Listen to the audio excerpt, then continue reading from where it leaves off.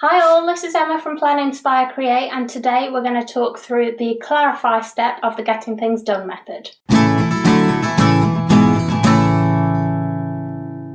This video is part of a series on the Getting Things Done method that I've been using for about a year now, and my intention is to kind of break it down into manageable chunks and show you how you can implement that system into your life. If you haven't seen the previous videos, I will leave them linked down below. I've got an introductory video explaining the method, and then in the last video I did the first stage, which is capture, which was to capture all the unfinished open tasks in my life and gather them all in one place, which left me with a big pile of mess on my desk to sort through. So today we're going to be moving on to step 2, and that is clarify. So the clarify stage is all about making decisions on those things that you've captured, and the idea is to do that all in one go so you can keep on that decision-making mindset and just power through your list or pile of things and decide what type of thing needs to be done with each one and start to categorise them, ready to organise them in stage 3. I'm going to explain the clarify model to you in this video and the decision-making process that you go through, and I'm going to give you some examples from my pile of chaos that needs organising so you can see how you might do it for yourself. So let's have a look at the model. So this is the workflow, and I'll make this available as a free printable over on my blog. It looks more complicated than it is. It's basically a flowchart that shows you how to make decisions with each of the things that come into your inbox. And the yellow areas are questions you need to ask yourself, and the blue areas are kind of the outcome of where you're going to put those things or what you're going to do with them. So you start at the top with your inbox, so everything that you've captured in that first stage. So for me, that's my giant pile. Then the first question you want to ask yourself is it actionable? So is there something you actually need to do with this or not? So the simplest things to sort through are those that don't need an action doing on them. So let's go to that area first. So if it doesn't need an action on it, it's going to fall into one of these 3 categories. Firstly, trash. It just needs to go in the bin. Easy, quick, probably the easiest one out of the lot. The second category is someday, which is also referred to as incubate in the book. So it doesn't need anything doing on it now, but it might need something doing on it later. So for example, maybe you've got an idea for a project, but you know you haven't got the capacity to do it now and you want to see where things stand in the future. You would put it on a list of things to come back and review and decide later on whether they're still relevant, and maybe it will be then moved on to your current actions to do. Then the final category is reference. So reference are things that it's potentially useful information that might be needed later. It won't need anything doing on it, but you might need to just look back and reference this information, hence the name. So this could be physical or digital or both. Perhaps it's paperwork and bills that you have processed. They don't need anything doing on them, but they just need to be filed away in case you need to access them at a later date. Maybe it's a recipe, for example. So things like that you might need to just be able to look back on, and you want to put together a kind of filing system that allows you to access that easily, which we'll come to in step 3, which is organise. So those are our 3 categories, and when I'm going through my pile, I'll give you some examples. If we move over to the actionable side, the first thing you need to decide is this a one-step action or has it got multiple steps to it? If it's got multiple steps, then David Allen defines that as a project. Now that might be a big project, such as organising a large event, or it might be something smaller, such as setting up a lunch date with some friends, and there are multiple steps to that. You're going to need to check your own calendar, you're going to need to contact each of your friends, you're going to have to agree upon a date. So things that take multiple steps, we're going to define as a project. So I'll teach you how to break down projects in the next video when we organise, but for now we're just going to put everything that represents a project in its own little pile. Now going back to our one-step actions, the first question you want to ask yourself there is, can it be done in less than 2 minutes? If the answer is yes, just do it now. Now this has been a big game changer for me because there are so many little jobs that I just don't do, and then they build up into kind of hours worth of work. Whereas since I've been trying to do this a bit more, I really don't notice that 2 minutes I've lost, but I certainly notice when it takes hours out of my day to try and get things back on track. So if it can be done in less than 2 minutes, do it now. And the idea is that in the time it takes you to make a decision on what to do with the action, you could have done it. So just get it done, get it out of the way. If it can't be done in less than 2 minutes, you want to do one of two things. You want to ask whether you're the best person to do this. If someone else will be better to do it, you want to delegate it. That'll go in a pile of things that we need to pass off to someone else to do. If you are the best person to do it, but you're not going to do it this very second, you want to put it in a pile of things to defer. So you're either going to schedule it for a specific time in the future, or you're going to put it on your list of actions to do next. Now, I know this can feel a little bit complicated when you're looking at it at the flowchart and you've got no context, but really once you get into a routine of doing it, these things become like second nature decisions, and you really start to understand what types of activity need to be done with each thing. So let's flip over to my pile. I'll show you how I've set up my desk ready to do this. So what I've done is I've just grabbed myself 6 post-its on my desk, and they represent these blue sections here, except for obviously doing it now. So at the top, I've got trash, I've got someday, and I've got reference. And then at the bottom, I've got things to delegate, things to defer, and then I've got a space to put projects that need to be broken down further. And then over here, you can see my big pile of things that I collected the other day, and a big old pile of post-its here that represent other items. There are a few rules on how to approach this stage. The first rule is, do the top item first and go in order.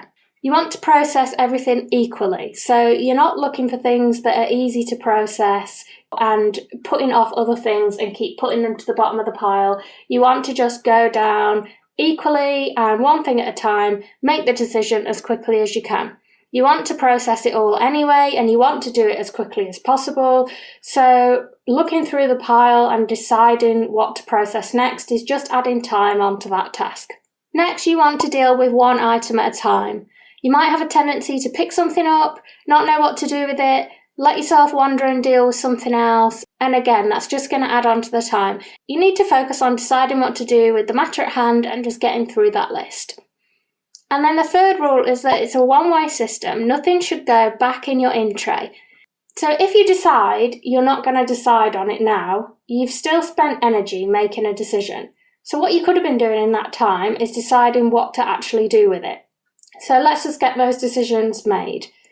The other thing I have got here is a little box off to the corner of physical items that need to be put away. And what I'm going to do in this instance is I'm going to put them all in the box, and then I'm going to do that as a big job at the end. So whilst putting each item away would take less than 2 minutes, I'm just going to group those like tasks together. So the decision I'm making in this instance is it's a physical item that needs to be put away. I'm going to put it in the box, and then I'm going to do that all in one go.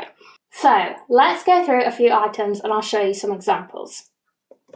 So the first thing I can see on my pile is a spare phone case. That needs to be put away somewhere, so it's going straight in the box. That's the sound of things going in the box. You can't see the box, but just trust me, it's there.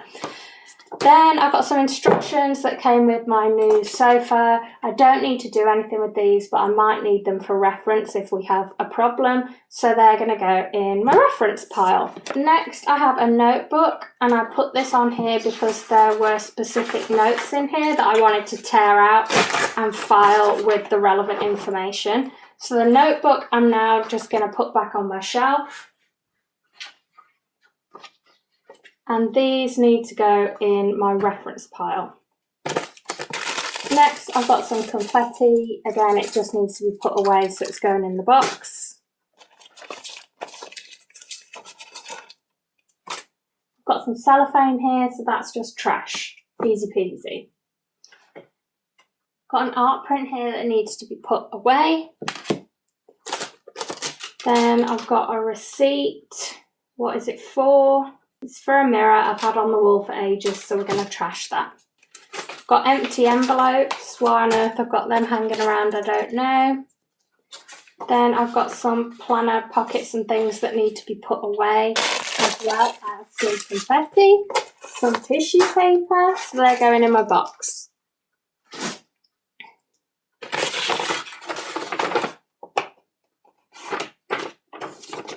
Empty packaging can go in the trash pile.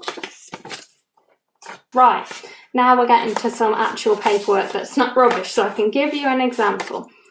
So the first thing, which I'm going to show you backwards just to protect the information, is my mortgage statement. So I don't need to do anything with this. So if we look on here, I don't need to do anything with this, and it's just for reference because I might need to come back and look at it. So that's going to go on my reference pile.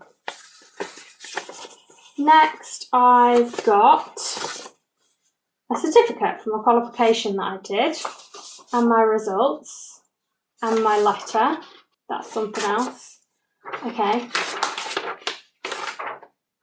So the letter saying here's your certificate I don't need, so that can go in the trash. And then my actual certificate is going to go in reference.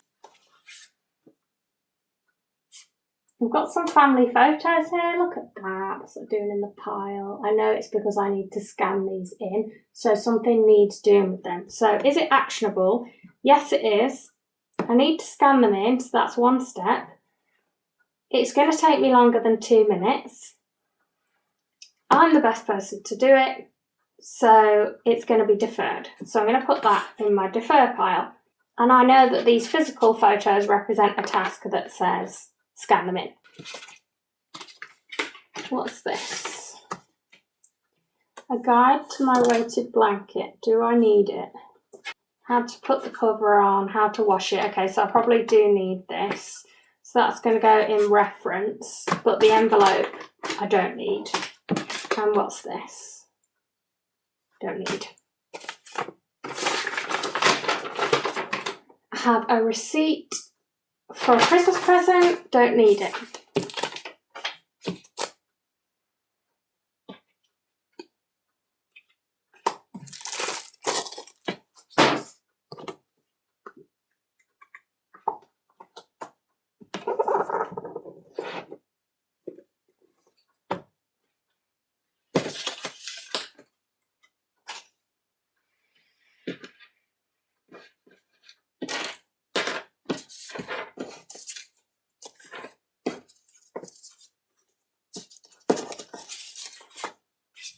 Okay, so all the physical items I've sorted through, and there are a lot of same things. There's a lot of things that could have just gone in the trash or recycled to begin with. This is all stuff that needs filing, so in the future the idea is to get that done straight away, because if my filing system is set up properly, then it should be able to be done in less than 2 minutes. But for now, that's going to need to be organised in the next video. And then I've got this big pile of post-its. So let's have a look through these, because I think this will be some different types of tasks. Finish sorting out my digital photos. Yes, it's actionable. It is one step. The files are all there. They just need to be sorted through. It can't be done in less than 2 minutes. So that's going to be deferred. So we're going to put that on here. The next post-it is work on the plan for a book. I know that I have not got the time to do this right now, therefore it is not actionable at this point, but I might need to do something about it later. So that's going to go on my someday list. So that's going to go up here. The next one is reorganising my physical photos. That's definitely going to take more than one step. So I'm going to put that on my list of projects. So that's down here. This one I've already done, so that can go on the trash. Learn Photoshop is a project. Finish my punch needle project is a project. Put together an exercise plan. That just needs to go in my calendar. I know what I want to do, so that's going to go on the defer list. Set my business goals. I know I need to just sit down and get that done. That's a one step. It can't be done in less than 2 minutes, and I need to do it. So again, it needs to be deferred for me to do at some point. Work on my product designs is a project. Record a podcast intro is a new project. Product photography project. Sort out my bank account, that's a one step that I need to do at some point, so that's going to be deferred. I'm waiting for some leather samples to arrive for a new planner cover, so I'm going to put that under delegate just because I'm waiting for someone else to do it. So it's on a list of things that I need to follow up on. Design a monthly reflection insert, that's a project. Reply from the dentist I was waiting for, but I've got now, so that can go in the bin. Do my shop countdown is a project, and write a blog post. I'm going to defer that for me to do. So, look at that. I'm at the end of my list. So, if we just tidy these piles a bit.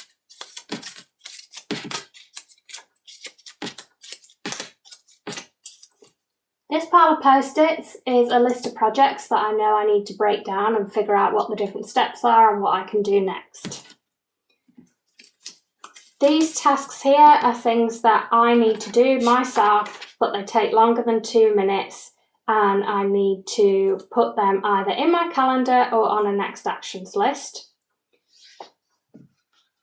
Under my delegate section, I've got something that I've already delegated, which is to be sent some leather samples. On my Sunday list, I've put the book plan because I know I can't commit to that now. This is my big pile of reference materials that need to be filed in the next step. And this is my trash that just needs to either be recycled or thrown away.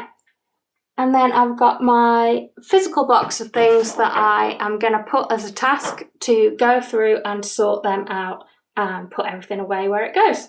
So as you can see, it was quite easy to get into a rhythm of deciding what types of tasks I needed to do with each of these things. And now when I come to organising them, I can do like tasks together. So I can do all my filing in one go. I can sort all my rubbish in one go. I can sort through all my projects in one go. And then I'm doing like tasks together, and it's speeding up that organisation. So I hope you enjoyed this video and that it helped you work towards getting some more organisation and clarity in your life, and that you're starting to understand the first couple of steps of the Getting Things Done method. Obviously, once you've done this kind of initial setup, your list of things to sort through should be really small. Say if you were doing it on a weekly basis or a couple of times a week, you really shouldn't have that much to sort through, and it means that you can keep clear on what it is you need to do and keep everything organised and in a fully working system really quickly and easily. So if you enjoyed this video, please like it and subscribe if you're not a subscriber already. Like I said, I'll be releasing these videos throughout the month of February, and you can follow along with me and do each of the stages. The next video will be on organising, and I'll show you what you do with each of these types of information, what my systems are for organising them, and the types of systems you might use, whether that's paper, digital, or a combination. I tend to do primarily paper, but a bit of a combination. So if you want to see that, then join me in next week's video, and I will see you then. Bye!